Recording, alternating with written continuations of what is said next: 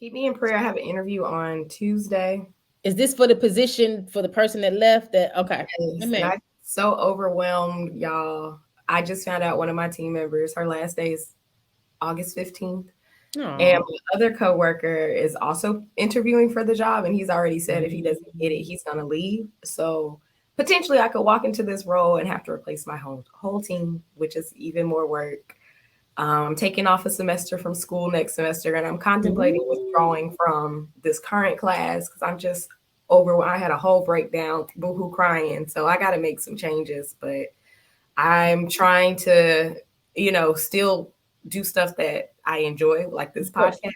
So just keep me in prayer because I'm about to cry now, and I'm trying not to. Gotcha. Absolutely. You want to pray now before you leave? Go ahead, Bishop. Sure. Dear Heavenly Father, Lord, we thank you, God, for this day. We thank you for this group, this unity, us as the worst ones, being able to come together and podcast and be able to fellowship, but also be able to be here for each other in each other's time of need, God. And we come to you on the behalf of Janessa, God. You already knowing the situation. You already knowing her feelings. You already knowing her anxieties. You already knowing the thoughts that's going through her head, God. But we ask that you give her a peace, God, that surpasses her understanding, God. Give her a calmness. Do not allow anxiety and overwhelming feelings to overtake her, God, but allow her to know that you already have the path clear for her, God. You already have the destiny set for her, God, and she just has to just walk into it here in the natural, God. And so we thank you for her future. We thank you for the interview that's coming up. God, we thank you for any decisions that she has to make, any things that she has to pull back from, anything that she has to add to. We thank you for all of it because we know that this struggle is not to break her down or to destroy her, God, but it's only to build her up and make her stronger, God. So we thank you for her. We thank you for her life. We thank you for the will that you have for her life, God. And we are expecting a great end, and we cannot wait to hear the victorious finish that she has. And we love you and we praise you. In Jesus' name we pray. Amen. Amen. Yeah, I was like, I look like we still recording him. You need like, we are still recording. I didn't even realize that. You need to carry that with you, honey. I felt that. I'm about to say I'm over here getting it all red. Right. You need to cut that out, honey. Take that with you, honey. I felt that prayer. Amen. Thank you, Rudy. Yeah, absolutely. No, you got it. You good. You good. Yeah, you good. Amen. I'll try to give y'all an update when I hear. Please do. Yeah, you definitely continue to be in our prayers. But that was a good covering there, Lord. Let me get some chapstick.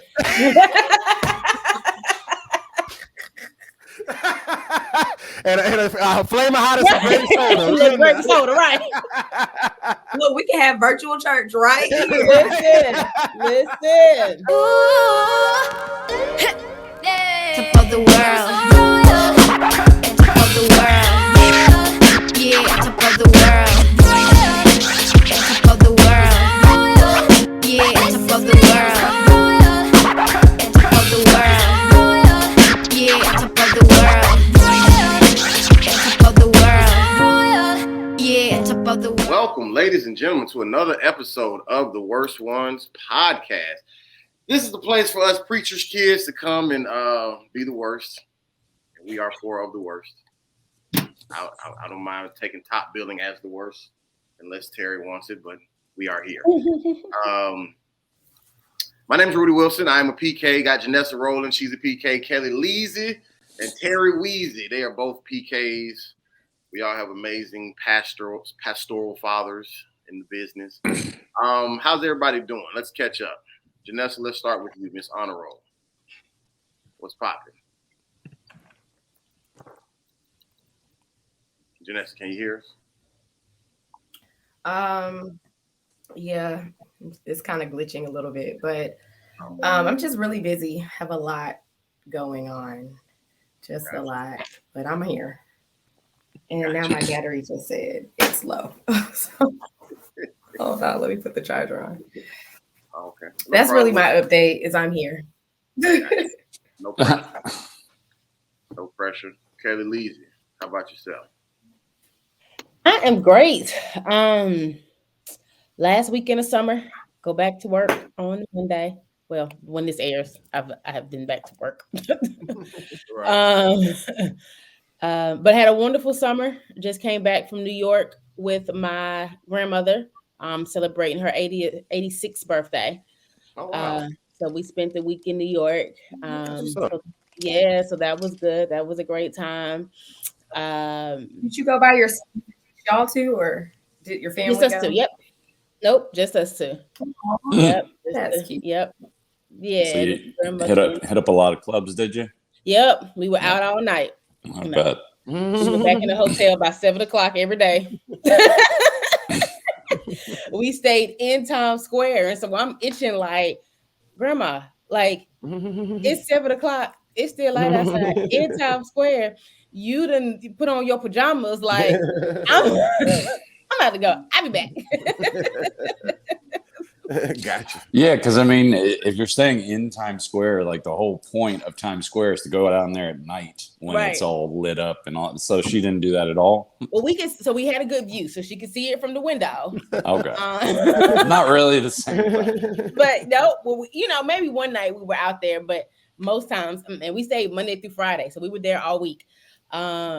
And so a couple of nights I just kind of snuck out and went and exploring and did some shopping and some eating and, on my own. So it was fun. It was a great time. Like I said, great time with my grandmother, just the two of us. Funded by the pastors of the family. So it was good. Because it was their mother. It was your dad. Yeah, it's their mother. Okay, gotcha. My dad and my uncle's mother. Gotcha. And so she said she wanted a first class trip to New York. I said I can give it to you, as long as they pay for it. Right. Have you spent a lot of time in New York? I have. Then why did you stay in Times Square? Because my grandmother wanted the tourist. It was perfect for her in terms of just the tourist thing. And again, being in bed by 6, 7 and not having to walk too far for things. It was perfect. But no, I've been to New York more times than I can count. And had good times running through New York. Shout out to our producer. Right. She's the reason I've had so much experience in New York as well. Exactly. Shout out to our producer. Good times running through New York, man. What's your favorite part of New York? That's a good question. If grandma's not there, I mean. That's a good question. You know what? I am into entertainment and I enjoy that there's so many things to do. So I enjoy Broadway plays. So we went to go see The Lion King with my grandma, and I've seen a lot before that. Love that. She loved The Lion King. And I enjoy just New York has just some of the coolest restaurants, champagne in the bathroom and just crazy stuff like that I just love about New York that you just can't get anywhere else. And I enjoy and Risa will probably disagree with me, but I enjoy the walking part of it, just not having to get in the car or figure this out. It's just go out and walk and figure it out and go. So right. I enjoy that part too. Yeah, because I've been to New York quite a bit, and anywhere that's too far to walk to, you just get a subway pass and just boom, right, no problem. I love the no car thing. I do. No worrying about parking or traffic or any of that. Yeah, when I came back last night and I went to go get some food, I'm like, I got a car. Yeah. I don't want to do this. I had a good time. Great summer. Like I said, it's the end of it, but wonderful time. I like the Village myself. That's where I like to stay when I get there. What? That's Greenwich Village? That's what they call it, the Village? Is that the same thing? Yeah, there's the East Village and the West Village. Gotcha. So, yeah. Gotcha. That's where you get the best pizza, in my opinion. Yeah, my grandma enjoyed New York pizza too. We had pizza about 3-4 nights. Has she been there prior to that? Or nope, first time. Okay, gotcha. Yep, first time. So. And then I was going to ask you too: is your dad in Kerwin? Are they don't? They got other siblings. Yep. So they have 2 other brothers. They have an older brother and a younger brother. Gotcha. Yep. Gotcha. Yep. Okay. Yeah, good times. Terry Wayne. How about that? Not a whole lot. Mainly it's just been family streaming in for the last 2 months. Today, as soon as we get off here, I have to immediately turn around and go into Nashville to meet her uncle who's in town now. Gotcha. So, yeah. And we're both all right, enough's enough. with, and then her dad's supposed to come up next month. Gotcha. It's like we love family, but after a while, it turns into a chore. Right. Well, I mean, y'all are, newlyweds that are in a new cities. Like, everybody want to come. Let's check out your setup. Come visit you. Yeah. It'll go eventually, but I think for now, y'all still got a little buzz going. So, but that's cool. I ain't got much of nothing going on. Not nothing new, at least. I'm going to a child's birthday party, which is also a kickback for adults. Right. So, but yeah, that's where I'm people going. for real. Yeah, it's some people from my church. They I've known them obviously for a while, and even I've seen these kids get older. I mean, she's the girl whose birthday today. I think she's maybe like 13 today, or whenever her actual birthday is. I think she turned like 13, but I've definitely known her since she was at least probably 4 or 5 or something like that. So yeah, it'll be good to see them kick back, talk, laugh, do adult things at kids' parties. That happens, you know how that is. And have a, as they say in the Flintstones, have a gay old time, so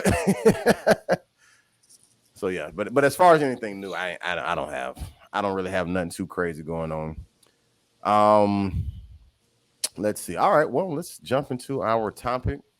I'm assuming Kellie's, I don't know, again, maybe her device died or something, so I'm assuming she'll pop back in whenever. But I was having some tech issues too.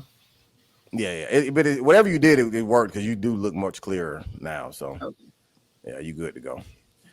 All right, so let's talk about these prodigal millennials. Okay, leaving the church house. Well, we're Tara, are you a millennial? Where does it cut off at? Are you with us? I don't know. I've always considered myself to be like a Gen Xer because I think I'm right on the line. But Gotcha. I don't think you can call yourself a millennial at 42. It just doesn't seem right. Yeah, I mean they definitely keep moving the goalposts because like it was a certain age and they keep bumping it up and down or whatever. So, so us millennials, we're definitely.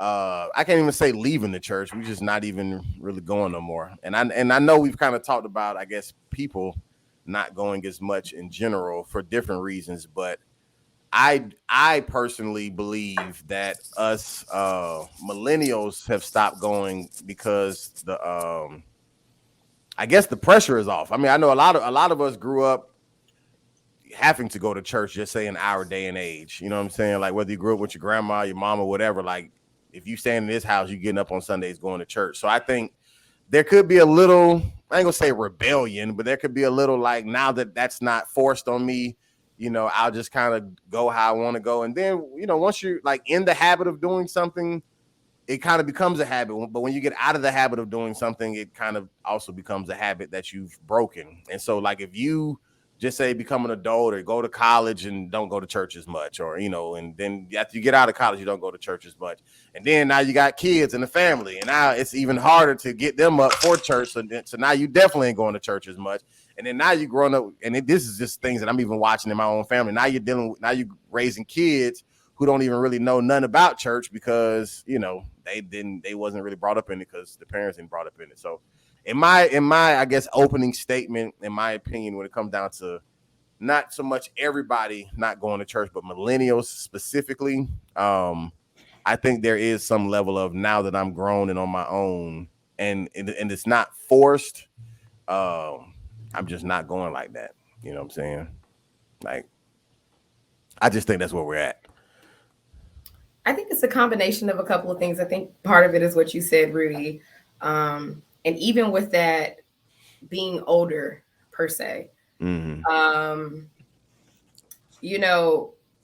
were right. It's like you used to be forced. And if you lived under this house and you had to follow these rules. And a lot of our peers, we're all in our 30s, late 20s. Most of us might not even be living in our parents' house. So it's kind of like, well, we in our house, it's our rules, If I decide to go, cool. If I decide not go, nobody's going to beat me over the head with it. You know, you might get a phone call from a parent saying, well, where were you today? Or what church did you go to today?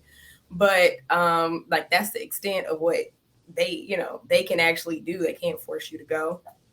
So I think that's part of it.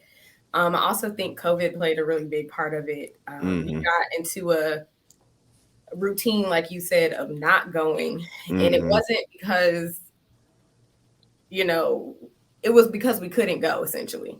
And it was like that for years. At this point, it's sometimes hard to believe that the pandemic lasted a couple of years. We was at home for a few years, but over that time period, you get used to online church or maybe a small group Bible study or maybe just not going all together. And I think COVID also showed a lot of people that you don't have to go to church to be in relationship with God. And so that kind of takes a different type of pressure off that, it was never like this, but you got to go to church so you can talk to God, so you can pray. Like the pandemic really showed everybody or a lot of people that necessarily wasn't the case. And so now as some churches are trying to usher back into this in-person setting, a lot of the younger people are kind of like, we was able to do it years this way. Right. I'm not pressed to necessarily come back and do it that way. And so I think that has also played a role in it. And then I will say for myself, one thing that I noticed, like I wouldn't have the pandemic allowed me to do some things that I typically have not been able to do, because I was one of those people who lived in the church literally every day. We had dance rehearsal. At one point we had dance rehearsal 7 days a week, and it got to a point where it was, and it got to a point where the church changed the rules that we had to be out the church by 10 o'clock because it was like a safety issue. We would be at practice till 2 o'clock in the morning. What? A bunch of be a group of women just walking out in the parking lot, and they felt like it was 2 in the morning. What? We were serious, okay? We were traveling everywhere. We were choreographing for other people. We were doing a lot. Wow. And so they made this rule where all church activities had to end at 10 p.m. unless it, was approved or whatever. Right. But even when that happened, us being young folks, well, we gonna go to such and such house. Oh, you a principal at somebody's school. Oh, right. You can use my gym. I'll open up the school. We were still kind of all over the place. Activities, outreach, it was church all the time. And I used to joke, my man would either have to be the UPS man, like FedEx, Amazon Prime, where they have to be at the church, because those were the only two places I would really spend a lot of my time. Gotcha. But when the pandemic hit, that's actually what has allowed me to go to school. It's allowed me to be able to do this podcast, because at one point we were recording on Wednesdays, and typically, Wednesdays was Bible study day. And just some of the other stuff, gardening, I got into that during the pandemic. And so I feel like that time kind of gave me time to do other stuff. And while I'm not saying that, I do go to church most Sundays, unless I'm just completely swamped, and then I'll watch it online. But I just sometimes feel like that in-person, quote unquote, church culture, at least the church culture I came from, was very overwhelming sometimes. And I'm not saying that I don't want to participate in church, but it's just like I've had to reevaluate where I put all my time and how I do things differently. And I've kind of shifted. I do feel like this podcast in some ways, shape, or form is a form of ministry.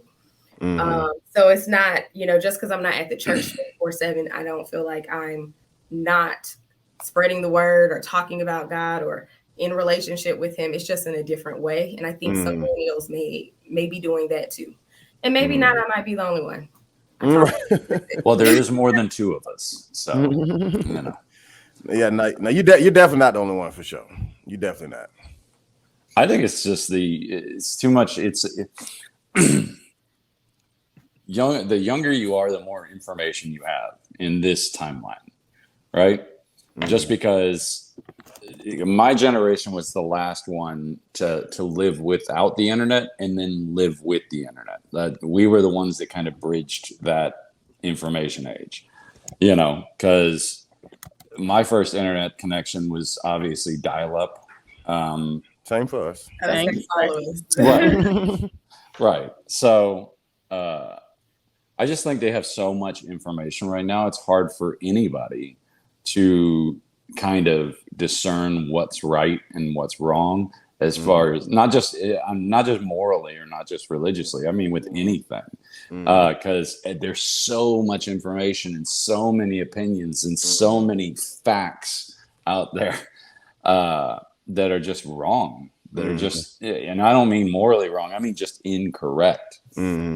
But if you put that in a format that sounds official or looks like it has authority behind it, people just, hook, line, and sinker.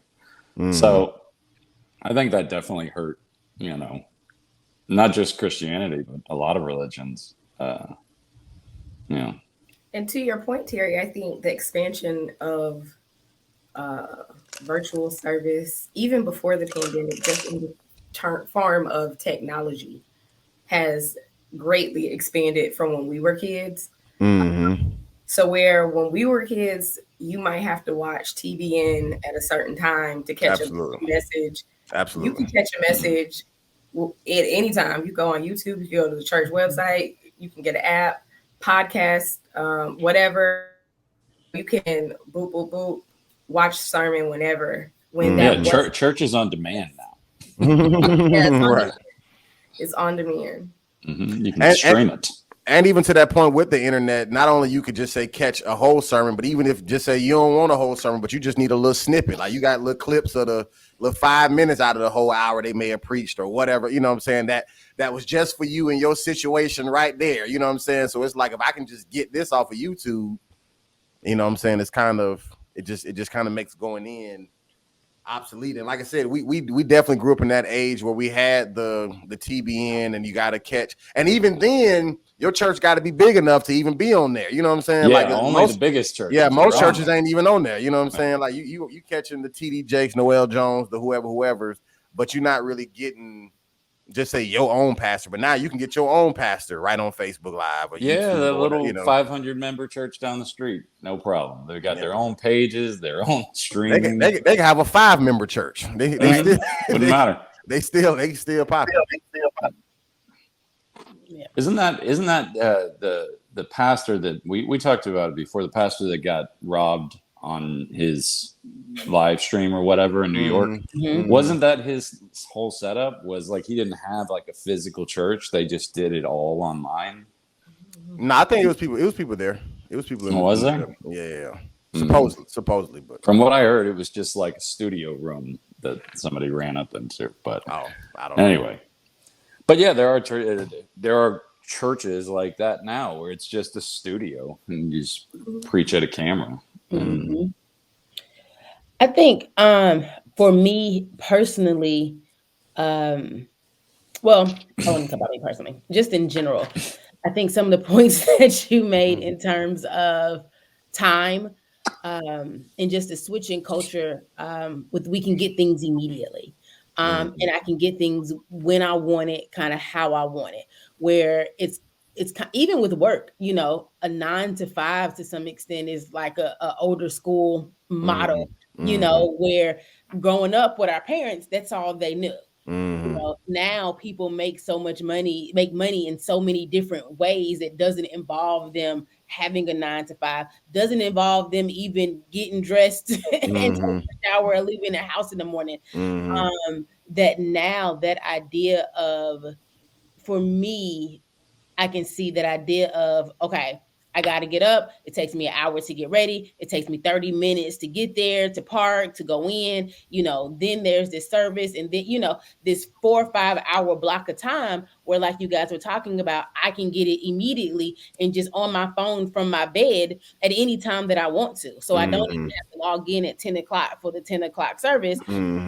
At 11:36, I can turn on, any sermon that I want, and what I want, without all of the extra stuff that I have to do in life. Right. You know, well, church growing up for me, you know, was this whole day kind of ordeal, you know, for you to get up and get ready and go and, you know, all of that we talked about, where now it can be, you know, an hour, 5 minutes, 56, you know, or whatever, right here from my bed.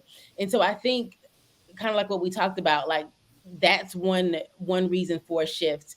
My friend randomly sent me an article today, real randomly sent me an article this morning, and I didn't even know what the topic was, but it was about why don't people go to church anymore. And the theme of that article was that people are so focused on success, and success has to do with how much money you make and what your profession is. Church doesn't align with how much money you make and what your profession is. And Absolutely. so with that, church no longer becomes a priority. Church no longer becomes, you know, high in value because it doesn't align to what it is to be successful now in terms of, and that's always, you know, but how much money you make, what is your job? And so people are not going to church because there's other things that I can do that supports financial success. Whether it's rest, whether Sunday is I'm gonna sleep in, you know, and get my rest for, you know, or whatever, or whether it's, you know, I'm out grinding doing something else. And so they were saying that, like I said, the theme of that article was that was one of the reasons why, you know, people weren't going to church. And so in the end, their solution was the church being a source of work for people.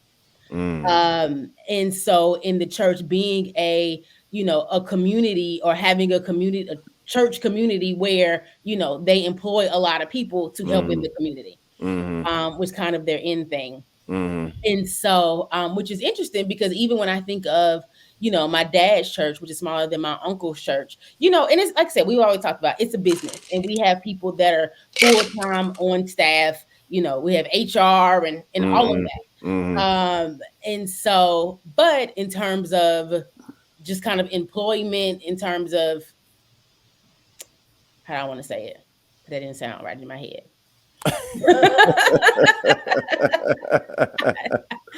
I don't want to say that, but right. But they employ people, like I said, but it's probably 10 to 15, 20 people, you know, that they employ, you know, beyond all of their churches. So like I said, it was just interesting where they kind of just compared church to people aren't seeing the benefit of going anymore because it doesn't make me money.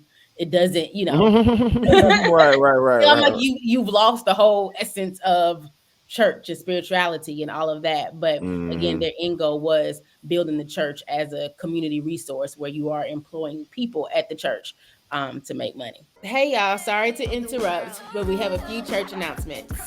Follow us on Instagram at TheWorstOnesPK. New content coming soon. We also have a TikTok at TheWorstOnesPK. No content yet, but continue to check us out.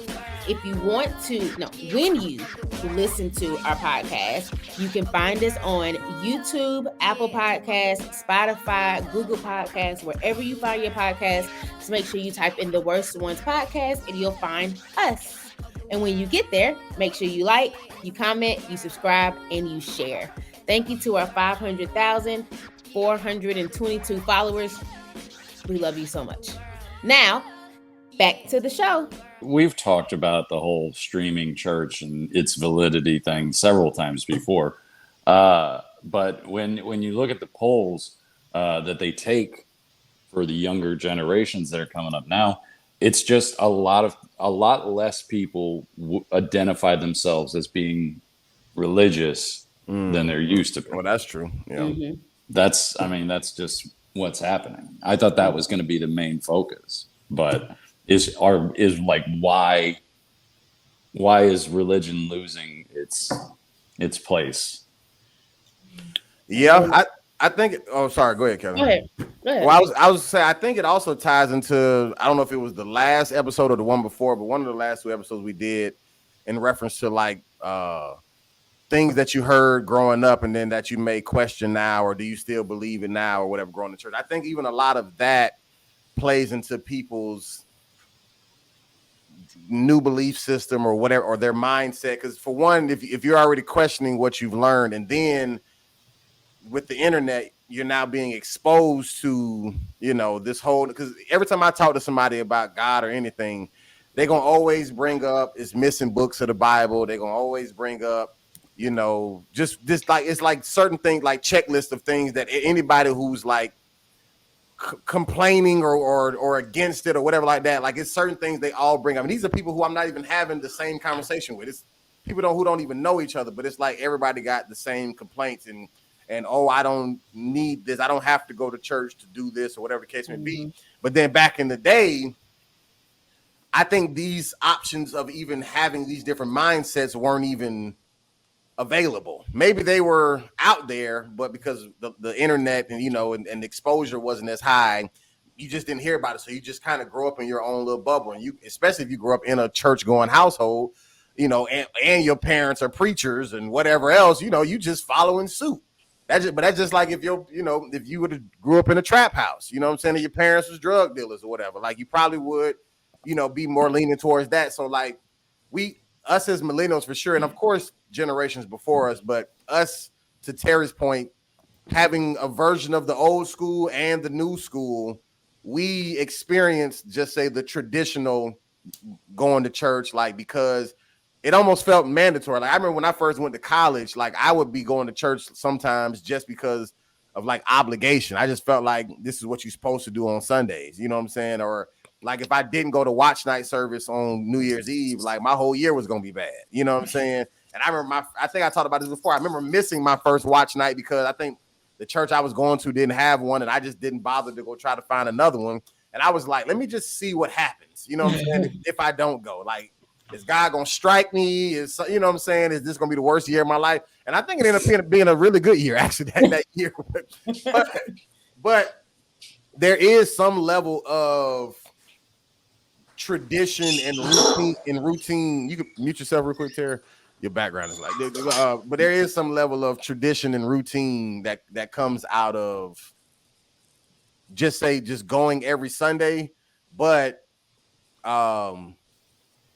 because there's more exposure to other options and even other ways of thinking and other beliefs and even other, just whatever it is that people feel, in general, like they're more leaning towards that. We talked about the zodiacs, we talked about the crystals, we talked about manifesting, we talked about the sage, the Palo Santos, or whatever it's called. Like even all of these things are people use these for more of this, just say, the spiritual side or the spiritual connection. Some people even feel like, even if just say like they still have a relationship with God, they feel like those things bring them closer to God than going to church. You know what I'm saying? Then you got people who went to churches that gave them a bad experience, or or hurt them, or whatever the case may be. And so like there's so much damage control that has to happen when it comes down to getting somebody to go to church. You know what I'm saying? It almost even makes you as a churchgoer not even want to have to put up with the fight, because it's like, man, I got it. Like you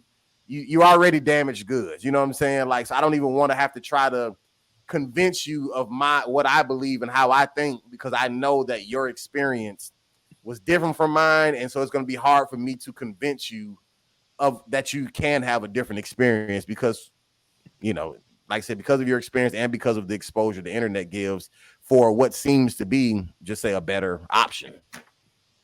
Yeah, I would also add to that, both to you and Terry's points, like the societal norms have kind of changed. Mm-hmm. And as more things are being seen as or being normalized or being accepted, some of the things are directly challenging what at least is taught in the Christian church. Mm-hmm. And kind of what you were saying, well, you was raised thinking this way, and now maybe you're experiencing something else or have a different opinion or idea, and then you have society maybe co-signing or not how you are already thinking at this new stage. I think that's also influencing a lot of people. Oh, I was like, what is that? But it's your cat in the background. But yeah, I think that's something new that I have just kind of recently started thinking about. was just how what is culturally appropriate, I don't know, maybe for lack of a better word, maybe there's something else, is being more accepted than what has been taught in the church. And people agree with that more than what they may have taught or what the Bible teaches or what the church teaches. And they are just choosing to go in a different direction. So I just think that's another layer to all the stuff that we've been saying today. No, for sure. I even going back to the like I said, just the whole routine thing. I think that when you kind of get exposed, even with the work, like people much rather, the employees and even the companies are much rather allowing people to work from home if that's possible. We ain't got to pay rent on this building and light bills and whatever like that. We can just provide you with the system, the software, whatever, and still get the job done at home. And you can accept calls from home. You can be customer service from home. You can do everything from home. And so, like Kellie was saying, like, it's what my wife does. My wife works from home. Right. But it's like why get up and put on clothes? Because like I said, if you going to church, like you're talking about several hours blocked out of your day. And especially if you're somebody who works all week or whatever like that, like church would probably be more attended if it was just during the week. Like if instead of a Wednesday night Bible study, if just on Wednesday or something like that, it was just the church service. And then people could just have the whole Saturday and Sunday to themselves. You know what I'm saying? Like people would probably buy into that more because you almost feel like I'm sacrificing a whole day. Because after church, now I got to prepare for Monday. You know what I'm saying? Like I got to wash clothes or cook or get ready for bed, do the homework I didn't do, or you know what I'm saying, whatever. Like I'm now. It's now the scramble of let me get back to the Monday shenanigans again. So it's really almost like your weekend is like Friday night and all day Saturday. But then if you're involved heavy in church, like I am, or even Janessa was when they was practicing for 85 hours a day. You know what I'm saying? Like your Saturdays may be taken up. You know what I'm saying? Like now you got leadership meetings or church cleanups or this rehearsal or that rehearsal. You know what I'm saying? Like so it literally just then consumes, every day. And then now maybe you get burnt out, you know what I'm saying? And you just like, man, I need a break. And I mean it's so many factors that I think can lead people away. But I think people are definitely out of tradition now. Like nobody wants to just do the traditional thing or the routine thing just because that's what is quote unquote supposed to be done. You know what I'm saying? Like I think even for people who want a stronger relationship with God, they don't want to necessarily have to sacrifice their Sunday, you know what I'm saying, to do that. Like like you said, let's have a breakout room on Zoom and the five of us have a little Bible study, you know what I'm saying? Or let's meet up over such and such house and we can, have snacks and have Bible study or whatever like that. But we're all looking for convenience, especially since Amazon then came around and or DoorDash and all these, you know what I'm saying? Like you can get anything dropped off at your door. Nobody's really trying to leave the house unless they just have to. And then I was going to say this one last thing. Even when it comes down to like, just say football games or basketball games or comedy shows or even going to the movies, like some of those things are like you have a better experience like if you go in person, but the difference is none of those things you have to go to every week. You know what I'm saying? Like it's like when most people who go to a Falcons game or something like that, you go on once a year, if not once every several years. You know what I'm saying? So when you go, it's like, man, this feels good to be here amongst other fans and we're cheering but when you go to church every single week for 52 weeks and watch night service and Bible study and practicing at 2 a.m. and you know what I'm saying, whatever, like you can really get burned out, especially if you were forced to do that your whole childhood. Yeah, something that's kind of, I don't know, I feel some type of way about it sometimes. I know with my church, I don't know what the proper term is, but after the sermon, like, of course they do the invitation to discipleship. But then it's kind of like my mom gives a recap and then they got the announcements and then they go through the prayer list and then they do the offering. It's like just a whole bunch of stuff. And one of the things, that's a lot going on after the sermon. I mean, when I watch the sermon online, as soon as, the invitation to discipleship is over. It's over. Right. And when I go to church, sometimes, I will be on a high. I'll be like, oh yeah, Daddy, you preach that. But then I'll be Right. like, we got to sit here for another 30 to 45 minutes to go. Right. No, I feel you. I had the same experience last week. So I enjoy church. Growing up in the church, I enjoy like going to visit new churches and just kind of seeing the setup of the service and, just all of that. And so went to a new church last week, Bronner Brothers. Y'all know Bronner Brothers Hair Care. So one of the brothers has a church here. So I went to his church, not far from my house, about 10 minutes from my house. They had a guest pastor. Good service. Started at 11. Good service. About 12:30, the guest pastor, went a little long, but was wrapping up. Should have been done about 12:40. And, pray us on out. I like to get my benediction and my covering for the week, and let's go. But then it was another 30 minutes of other stuff. And I'm like, now, we were good. I was with you for the hour 30, hour 45 minutes. Right. But anything beyond that, I'm like, all right, y'all pushing it. Right. And I think that's where I am now too, is like, I enjoy going to church, but now it's like, I want a good 90-minute service. Give me something more than a 90-minute service. And I'm like, this too much. But then I feel bad because, I go to church from 11 to 12:30 for my 90-minute service. And then you catch me at brunch at 2 and I'm there till 7. Well, that's because church doesn't have bottomless mimosas. That's the problem. True indeed, Terry. And so then sometimes I've always said church should have an open bar at the back. You have a have lot more people there, and they'd stay for a lot longer. But then people be at a different state of mind for church. Right, exactly. They gonna feel some type of ghost. I don't know what, but some spirits. But but yeah. So I so feel you, because I'm like, and I'm not a virtual church watcher. And I think I've said this. Like, my attention span, I just can't. Like, I'm gonna be the one cooking breakfast. I'm gonna be the one washing clothes and folding clothes. Texting, scrolling through Instagram. Like, I'm not gonna sit here and do church at the house. So I don't even try. Like, I used to try to say I'm gonna go to church virtually on Sundays. Right. I'm not gonna do it. But I'm like, I'm so stuck in 90 minutes, and I'm stuck in too. Again, I enjoyed their church, but their church was more traditional, more formal, where I felt like I had to put on a nice dress and I had to, where other churches that you can go to now, I could throw on some jeans and a t-shirt, go on in and we cool, and so it cuts off some of that that thought process in terms of what it looks like going into church. When I'm like, okay, I really got to get ready. Let me put on some makeup. Let me do that, and again, and I know we've talked about, how you come into the Lord's house, but I am set on come as you are, whether I want to put on a nice church dress or if I want to wear jeans and a t-shirt. I want to feel comfortable, coming into the church. And I think that's, for me as a millennial, I think that's part of the one of the factors of why I may not go to church either. Some of those more traditional churches, I'm like, I enjoyed it. I enjoyed the service. Would I come back? Somebody invited me.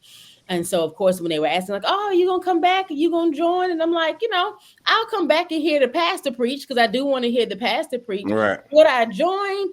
Excellent service, Again, not for me, because I can roll up to this other church. It's gonna be 90 minutes. I'm gonna wear my jeans. I'm gonna be out. Well, judgment might come into it too, because, because like you said, if I came to one of your churches and I was just all in sweatpants and a hoodie, that sometimes there's that feeling of judgment you get because, maybe that's not how they do things, or show some respect or that. Well, I happen to just, my opinion, some of the younger generations coming up here, they're fine with, being picked on online, or maybe they're the ones picking on people online, but you put them in face to face with a person with real human judgment.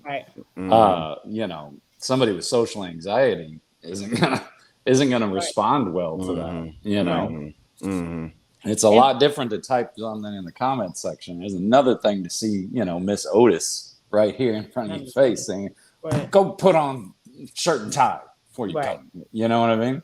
No. And the funny thing, random thing, but when you say in sweatpants, I don't know what it is with this like younger generation, like these teenagers now, but all they wear is hoodies. No matter the season, no matter the weather, Scorching hot. They still in hoodies. And they have on a hoodie with the hood up. Right. And I'm like, what is It's they need a safe space. And that's their little, but it's more than just like one or two. Like, you know, you understand it from one or two, but it's like a whole generation of just hoodies at 100-degree weather. And I'm like, what is happening? Look, you know, it all changes and it's all dumb. Okay. Right, when I was in high school, if you wore black socks, people made fun of you constantly. Oh, what are you, European? Hey, nice socks, Dad. Like, nobody wore black socks. Now, if you wear white socks, it's the same thing in reverse. Right. It's all stupid. Doesn't matter. It changes. But to your point that you talked about, Terry, a lot of times, even about the hat, you know, and how it made you feel that time where someone put on your hat, you know, just even thinking about just again the younger generation growing up that don't even dress according to the weather outside. Them coming into church, if that's something that they choose to do, you know, I don't even know if they'll understand they don't really get dressed up for nothing these days. Right. You know, and just understanding that piece. And so I think again, for me, as a millennial, I do still go to church regularly. And then there was a block of time where I COVID. Sure. That's what it was. Right. COVID, little after COVID. But since the beginning of the year, I've been good going regularly. And again, I enjoy church, but I've also gotten out of I have to just check it off on my list. Like, okay, I went to church because, like Janessa said, somebody's going to ask me, hey, what did you do today? Or, hey, my dad's going to say, did you go to church today? He actually really hasn't asked me that recently. But anywho, but to me, it's more about what aligns with where I am now. And the more traditional churches just isn't where I am now. Right. I want the more, like I said, come as you are. If I want to dress up, you know, and put on a nice dress and wear heels and do my makeup and all of that and go to church in my Sunday's best, cool. If I want a church start at 1, I woke up at 12:30, you know, got ready in 20 minutes and put on what fit and kept it moving. I want to do that too. And again, and I also don't want all the extra fluff. Give me the service, give me the sermon, give me some good music. You know, you can text me the announcements for the week and I can read them. The announcement, I can tithe online. I can right. We don't even need the whole 10-minute tithe no more. Put up the text to give number. After a while, y'all gonna want them to mail communion through the mail. Like send it. Just send it here. Yeah. I'll take it at the same time as y'all do it. Exactly. Yeah. My daddy said, just get you some juice and a piece of bread from the pantry and come on with it. Well, listen, we know Mr. Chapstick now. A chip. No, you get your communion through Amazon. They'll have Amazon. Right. Right. But I will say, get you a cracker, get you a chip, get you a little juice, whatever you got in there. Go on and take it. You see somebody with a flaming hot Cheeto and grape soda. Exactly. Whatever it is, and we're gonna bless it. This is the body. The flaming hot body. We're gonna bless it and keep it moving, honey. That's chapstick for sure. I will say, while in some areas church still be dragging it out a little bit, I will say for communion, one thing they have done on first Sundays is when you come in, they hand it to you. Because I remember, Rudy, I don't know if you remember back at New Beginning, like all the deacons would have to come up and then they have to get a tray and then they got to line up and then somebody got to, and then they go down each aisle, you know, and then you got to clean up and everything like that. And I do feel like in some ways my church has streamlined some things, but in other ways, you know, they could do and back in the day before they put the cup and the thing together, you had the plate of the crackers that you had to get, and then the plate of the cups that you got. Yeah, it was a whole thing. Like right, and it was And now they have the thing where you can, everybody use that same little styrofoam thing. Little juice that you kind of feel a cracker. It's styrofoam. It's styrofoam, the little paper plate that you eat. That's kind of easier to throw away. Right. But yeah, I definitely the church, like good word, that streamlines things, because that extra stuff that we used to have, everybody got to get up and walk around to the front and pay your tithes and Yes. I don't have the time. I can't do that. I used to always say that was the fashion show because that's what right. It was, and again, that was the part of even before you even get to church, thinking about what I'm gonna wear and what I'm gonna look like and all of this, because I got this debut in front of the church, and I got to stop and talk to the mothers on the front row and the first lady. And right. Like, I gotta show everybody I know everybody. Hey, right, exactly. Pastor wave at me. Hey, Pastor. Right.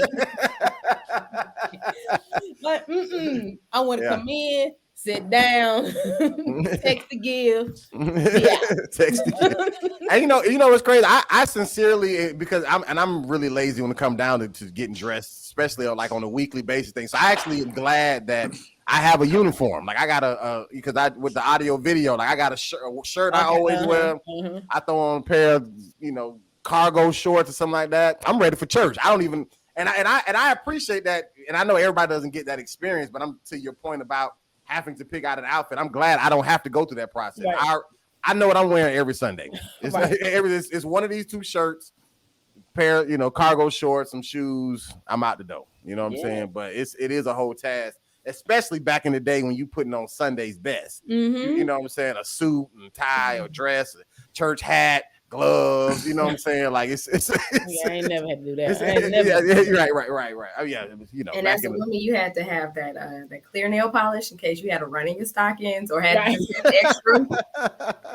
I mean, it was a whole task. It's a whole thing, and I think now, again, like you said, with just things being so efficient and things being so immediate, and I can get groceries to my door in 30 minutes and whatever, just to take 4 or 5 hours, to do it on a Sunday, for me as a millennial, just doesn't sound as appealing.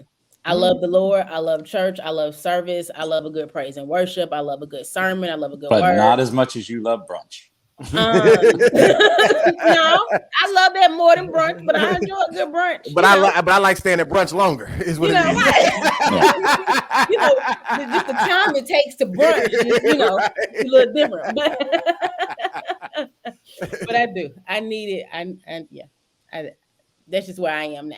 Yeah. In some of those more traditional, formal churches, I don't see how they stand the test of time. Go ahead, Janessa. Go ahead. I was just gonna say, now I do feel like there is a place for those traditional churches because there are still, some millennials, but mainly older people who like that tradition. They might not be as technologically savvy, or they might not have the latest iPhone. They might have a Life Alert phone, or whatever.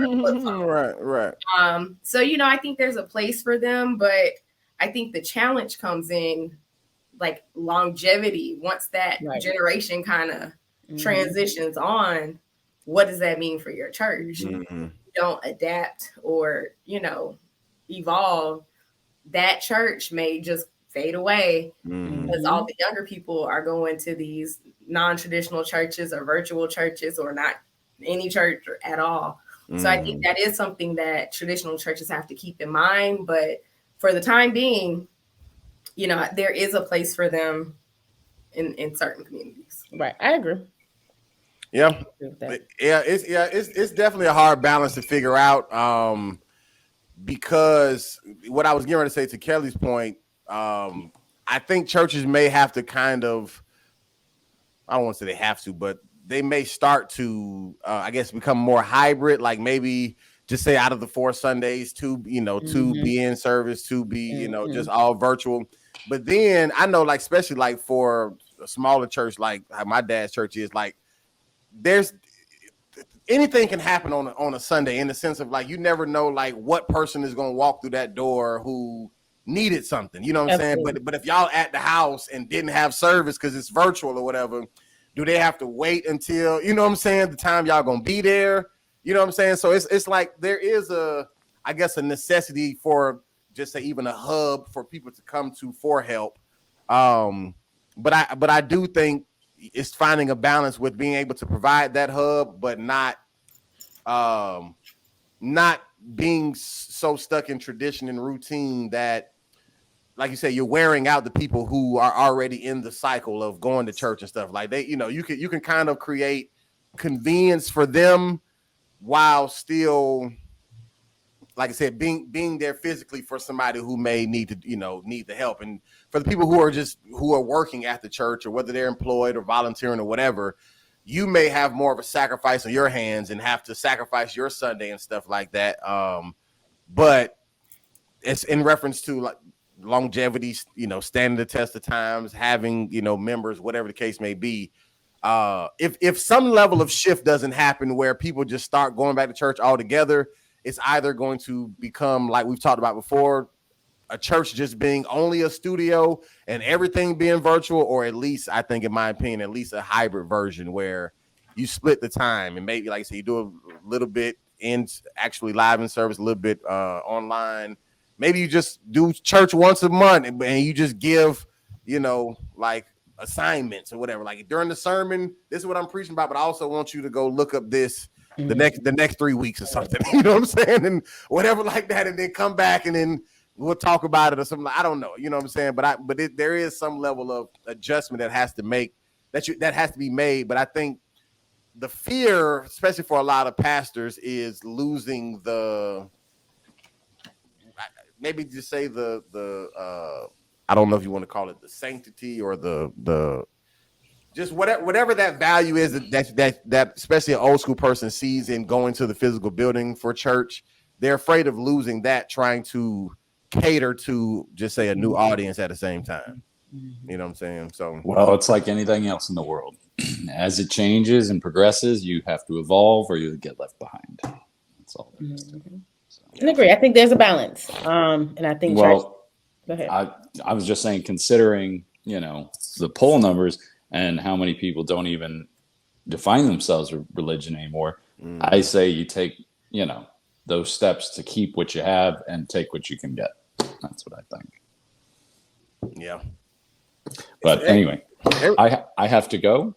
I have to be somewhere in 45 minutes. That takes 40 minutes to get there. So. All right. It's nice seeing you guys again. I'll put my twos up. You can I CGI those in post. Yeah. All right. I'll see you guys next. All right. Bye.